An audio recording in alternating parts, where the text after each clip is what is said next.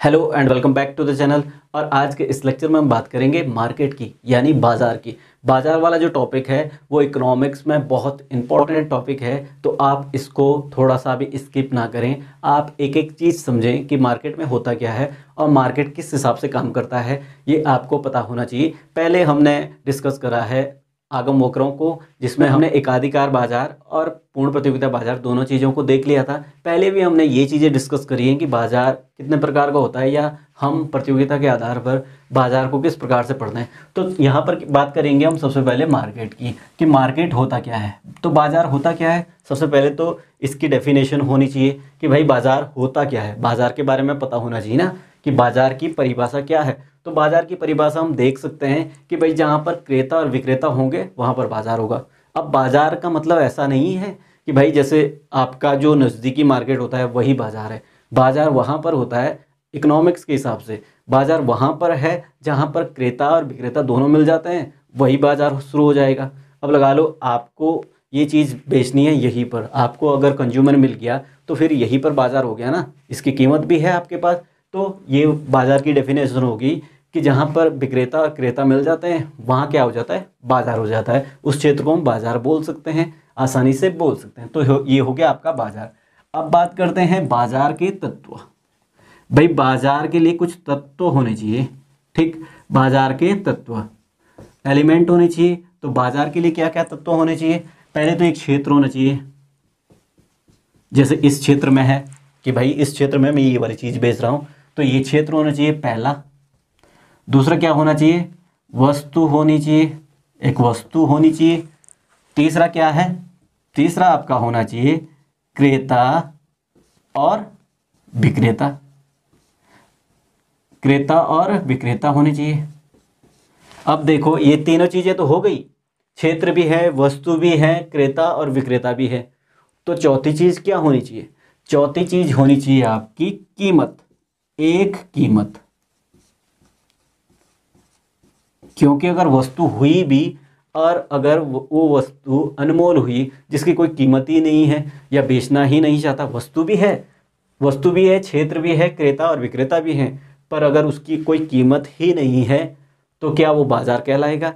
तो ये 4 पॉइंट होने चाहिए, 4 तत्व बाजार में शामिल होते हैं। ये 4 तत्व जहाँ पर होंगे वहीं पर क्या होगा, बाजार होगा। तो ये चीज़ें आपके समझ में आ गई। अब देखते हैं बाजार जो प्रतियोगिता के आधार पर हैं। प्रतियोगिता के आधार पर हम मार्केट को 2 टाइप में पढ़ते हैं।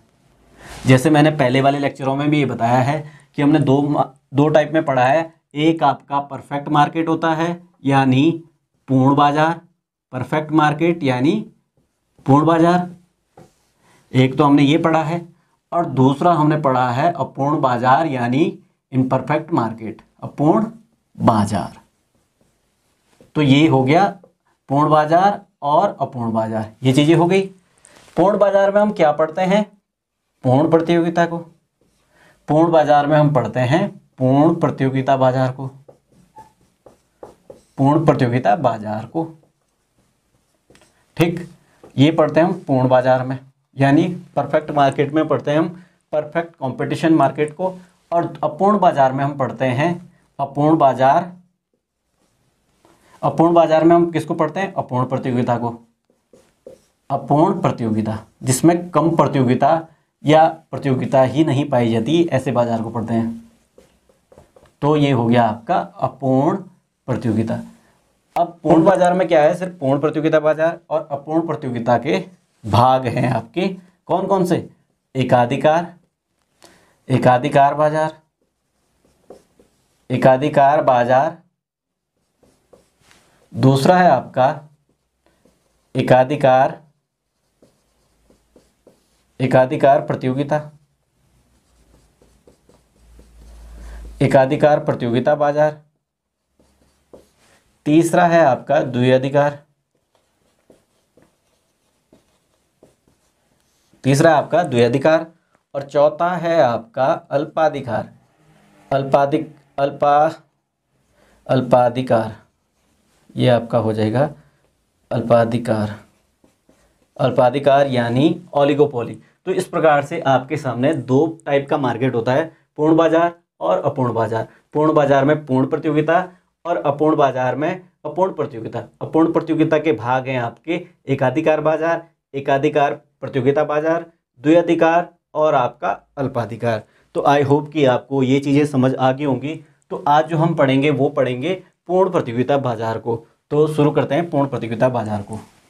अगर पूर्ण प्रतियोगिता बाजार की बात करें कि पूर्ण प्रतियोगिता बाजार की परिभाषा दें तो क्या बनेगी कि ऐसा बाजार जहां पर बहुत सारे विक्रेता हों, बहुत सारे क्रेता हों। मतलब एक ऐसा बाजार, देखो पूर्ण प्रतियोगिता बाजार अगर इकोनॉमिक्स की दृष्टि से देखा जाए या ऐसी भी देखा जाए तो ये काल्पनिक बाजार है। ऐसा मार्केट एग्जिस्ट नहीं करता, ऐसा वास्तविक जीवन में हमें देखने को नहीं मिलता जहाँ पर क्या होगा, बहुत सारे विक्रेता होंगे और बहुत सारे खरीदने वाले होंगे यानी क्रेता होंगे। तो ऐसा मार्केट नहीं मिलता। और एक ही वस्तु को बेच रहे हैं बहुत सारे विक्रेता, एक ही वस्तु को बेच रहे हैं और बहुत सारे खरीदने वाले भी एक ही वस्तु को खरीद रहे हैं। एक तो ये है।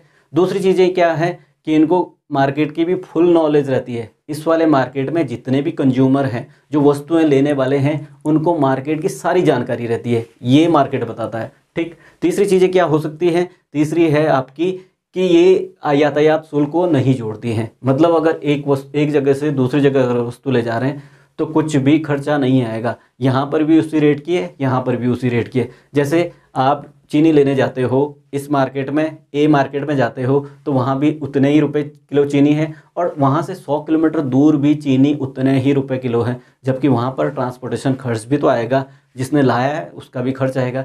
तो ये मार्केट क्या है, ये इन चीज़ों को नहीं बताता है। तो पूर्ण प्रतियोगिता बाजार की परिभाषा हम इस प्रकार से दे सकते हैं कि जिस मार्केट में बहुत सारे विक्रेता, बहुत सारे क्रेता हों और एक समान वस्तु को बेचे और उनको बाजार का पूरा ज्ञान हो और आपका एक समान कीमत हो। ये सारी चीज़ें आपकी किस में आती है, पूर्ण प्रतियोगिता बाजार में। तो आपको इस प्रकार से परिभाषा लिखनी है, ये चारों चीज़ें उसमें मेंशन करनी है। तो ये आपकी हो गई पूर्ण प्रतियोगिता बाजार की परिभाषा भी हो गई और इसका अर्थ भी आपको हो गया। अब बात करते हैं पूर्ण प्रतियोगिता बाजार की विशेषताओं की।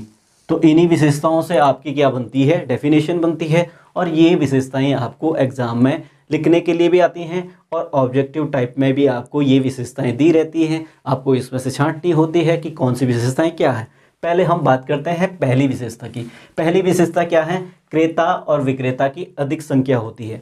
देखो ये मैंने डेफिनेशन में भी बताया कि क्रेता और विक्रेता की अधिक संख्या होनी चाहिए। बहुत सारे क्रेता होंगे और बहुत सारे विक्रेता होंगे इस मार्केट में। एक तो ये विशेषता है इसकी। दूसरी क्या है, एक रूप वस्तु, यानी एक समान वस्तु सारे मार्केट में बेची जाएगी। जो वस्तु यहाँ बेच रहा है ए मार्केट में, वही वस्तु बी मार्केट में सेम रेट, सेम टैग के साथ और सेम वेट होगा, सारी चीज़ें बराबर होंगी। तो एक रूप वस्तु होगी, वो दो होगी। दूसरा पॉइंट आपका हो गया। तीसरे पॉइंट की बात करते हैं, बाजार का पूर्ण ज्ञान। जैसे कंज्यूमर है, वहाँ का जो कंज्यूमर होगा उसको बाजार की पूरी नॉलेज होगी। पूरी नॉलेज होगी।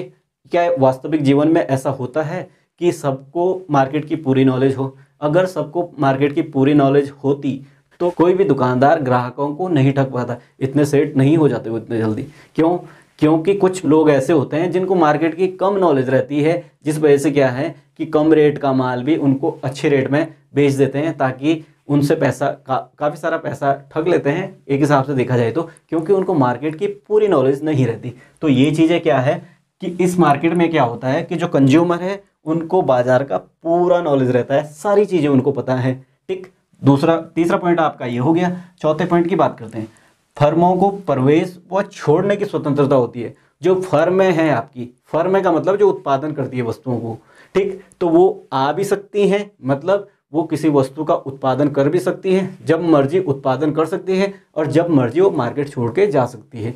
तो इसमें क्या रहता है कि फर्मों के प्रवेश और छोड़ने की स्वतंत्रता रहती है। आए और अपना माल बेचे और उन्हें अगर घाटा लग रहा है तो बंद कर दे, मतलब जा भी सकते हैं आ भी सकते हैं। उसमें क्या है, इसमें कोई रोक टोक नहीं है, प्रवेश व छोड़ने की स्वतंत्रता रहती है। ये विशेषता बार बार एग्जाम में लिखने के लिए भी आती हैं। आपको ये विशेषता दी रहेगी कौन से मार्केट की है, एकाधिकार, पूर्ण प्रतियोगिता, अल्पाधिकार या एकाधिकार प्रतियोगिता की।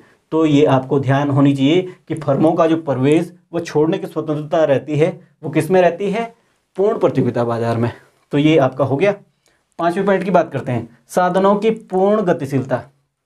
अब देखो, साधनों की पूर्ण गतिशीलता का मतलब ये नहीं है कि साधन अपने आप चले जाएंगे, ऐसा नहीं है। साधनों की पूर्ण गतिशीलता का मतलब है कि एक जगह से दूसरी जगह जो साधन जाते हैं वो उसी स्थिति से और हर जगह उपलब्ध हो जाते हैं एक जैसे साधन, पर ऐसा नहीं होता। अगर छठे पॉइंट की बात करें कि कोई भी यातायात लागत नहीं, इन दोनों पॉइंटों को हम मिक्स करेंगे। देखो, यातायात लागत नहीं, अगर हम एक जगह से दूसरी जगह अगर साधन ले जाते हैं तो उसमें क्या है, यातायात शुल्क लगता है। पर ये मार्केट क्या बताता है कि इसमें कोई शुल्क नहीं लगेगा। शुल्क नहीं लगेगा तो प्राइस इंक्रीज तो होंगे ही नहीं। तभी तो ये बता रहा है कि एक रूप होगा और एक ही क्या होगी, एक ही कीमत होगी हर जगह, एक रूप वस्तु भी होगी और एक ही कीमत भी होगी। ये चीज़ें हैं आपकी। तो आई होप कि आपको पूर्ण प्रतियोगिता की जो विशेषताएं हैं वो समझ आ गई होगी। तो वीडियो को लाइक करें, अपने दोस्तों के साथ शेयर करें, और चैनल पर नए हैं तो चैनल को सब्सक्राइब करना ना भूलें। इसके बाद जो हम पढ़ेंगे वो पढ़ेंगे एकाधिकार बाजार को, कि एकाधिकार बाजार कैसे होता है और किस प्रकार से काम करता है। ये आपने पढ़ लिया पूर्ण प्रतियोगिता बाजार, कि पूर्ण प्रतियोगिता बाजार क्या होता है और पूर्ण प्रतियोगिता बाजार की विशेषताएं क्या होती है। धन्यवाद।